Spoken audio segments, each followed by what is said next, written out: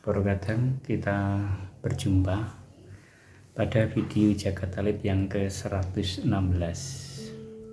Pada episode yang lalu panjenengan sudah dipahamkan bagaimana jiwa ini juga mendorong kita pada hasrat untuk memberikan penghiburan ya. Jadi tidak hanya pada saat terjadi sebuah bencana kita hanya selalu meyakini bahwa yang sedang dibutuhkan para korban atau saudara-saudara kita yang baru mengalami musibah itu seolah-olah yang dibutuhkan hanya uang atau sumbangan sembako. Nah, ternyata ada yang jauh lebih penting, sebab saudara-saudara kita yang sedang terpuruk, sedang mengalami bencana ini butuh bangkit dari kehidupannya. Untuk bangkit berdiri lagi dan melanjutkan kehidupannya, tentu saja sebenarnya bukan hal materi, tetapi dukungan moral ya, penghiburan yang membuat saudara-saudara kita ini menjadi percaya diri kembali untuk menjalani kehidupan selanjutnya. Namun kadang karena kita sering menyederhanakan bahwa pada saat terjadi musibah kita hanya mewujudkan kepedulian kita itu hanya memberikan uang atau memberikan bantuan-bantuan yang sifatnya material atau hanya sekedar sembako seperti itu. Lepas dari itu seolah kita sudah sah, sudah beramal atau sudah bersedekah. Namun ternyata terkadang memang yang dibutuhkan untuk bangkit dari kehidupan ini bukan hal materi, bukan uang, bukan sembako, tetapi bagaimana mental, bagaimana batin saudara-saudara kita ini mengalami perubahan, mengalami pembaharuan sehingga mulai tumbuh rasa percaya diri untuk melanjutkan kehidupannya. Maka jiwa mendorong kita sebenarnya untuk memberikan bantuan dalam bentuk penghiburan, karena jauh lebih penting itu daripada hanya sekedar materi. Walaupun di dalam melanjutkan setelah mereka itu bangkit di dalam kehidupannya memang tentu membutuhkan materi, namun begitu butuh pendampingan secara baik. Kita juga tidak boleh berlebihan di situ. Kita juga harus mengajari mereka untuk menata ulang kehidupannya supaya menjadi lebih baik lagi. Terkadang pada tayangan video yang ke-116 ini kita akan mencoba meresapi lagi jiwa ini yang begitu luar biasa, yang sangat-sangat berpengaruh bagi kehidupan kita. Salah satunya jiwa ini juga mendorong kita untuk memiliki hasrat memelihara. Jadi apa perkataan yang dimaksud memelihara ini ya. Kadangkala kita lupa, seolah kalau kita itu disuruh memelihara, itu yang dipelihara itu mungkin hanya piaraan atau sejenis apa, seolah yang harus dipelihara itu sesuatu yang berada di luar tubuh kita. Namun jiwa ini berkata sebenarnya pada saat memerintahkan menyentuh akal budi kita, maka sebenarnya yang disentuh itu ya diri kita sendiri maupun untuk sesama kita. Bagaimana hasrat untuk memelihara ini jika diterapkan untuk diri kita sendiri? Ya, salah satu tugas kita dalam rangka kita itu menjalani kehidupan ini ya, otomatis kita harus memelihara kehidupan kita ini supaya selalu terjaga di dalam tuntunan-tuntunan yang sudah diberikan Gusti kepada kita lewat agama. Jadi kita harus memelihara keimanan, memelihara setiap perbuatan baik kita ya. Kita juga harus memelihara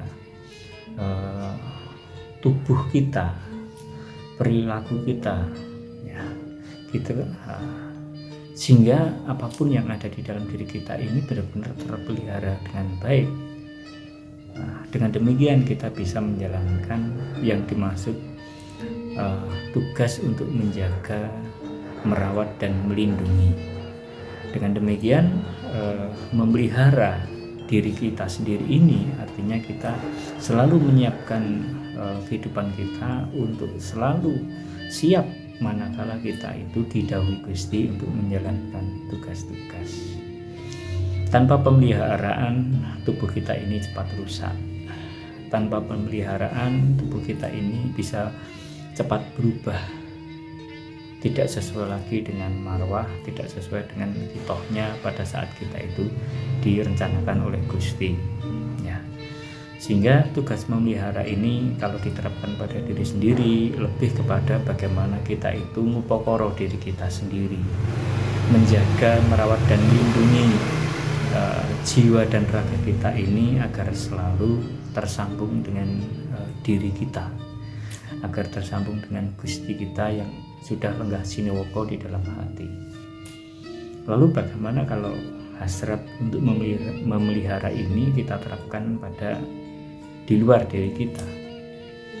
Otomatis kita juga disebut sebagai makhluk sosial, makhluk yang sebenarnya tidak bisa hidup seorang diri. Kita harus hidup bersama-sama dengan yang lainnya. Oleh sebab itu, kita juga harus menjaga di situ kehidupan kebersamaan kita. Nah, jadi kebersamaan ini harus kita pelihara. Persaudaraan kita harus dipelihara. Ya.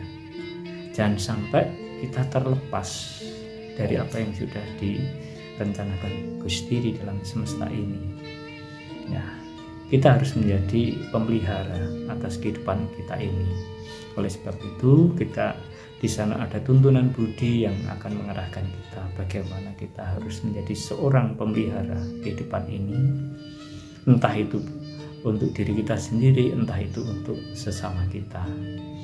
Nah, jadi ada tuntunan-tuntunan secara spesifik di mana kita itu harus memelihara. Artinya apa? Di dalam pemeliharaan itu kita tidak boleh egois, kita tidak boleh merendahkan yang lainnya, kita tidak boleh merasa benar sendiri, kita harus menghormati orang lain dengan pendapatnya.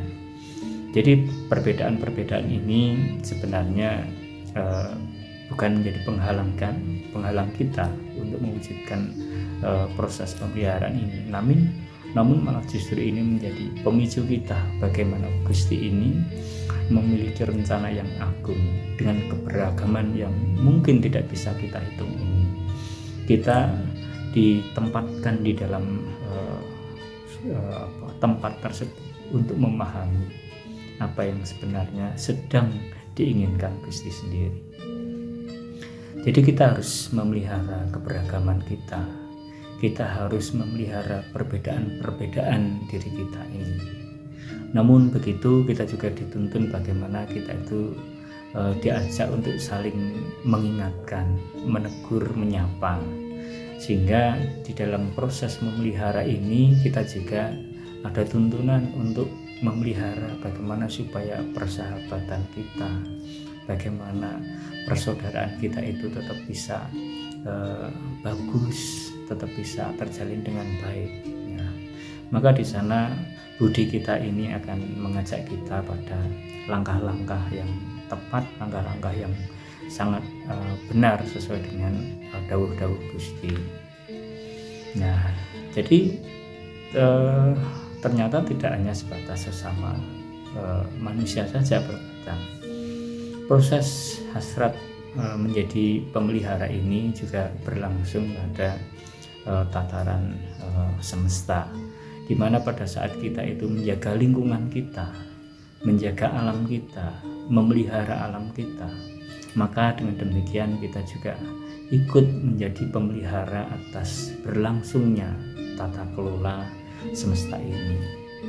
Nah, semuanya itu ada tuntunannya. Namun kadang karena kita tidak terbiasa berpikir ke arah sana.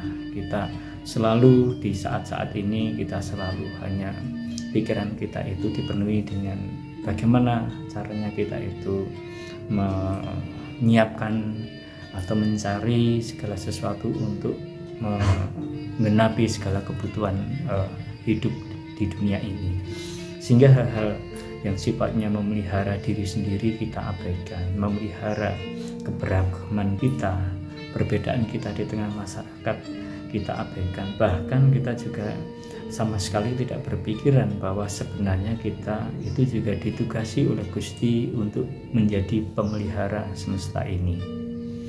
Nah, dengan jiwa yang murni yang ditanamkan di dalam diri kita masing-masing, tentu saja kita menjadi paham bahwa kita sebagai manusia itu membawa misi yang sangat-sangat besar. Maka jangan sia-siakan kemanusiaan kita semua. Kita berharap Gusti itu selalu mengingatkan, menegur kita pada saat kita itu terlena.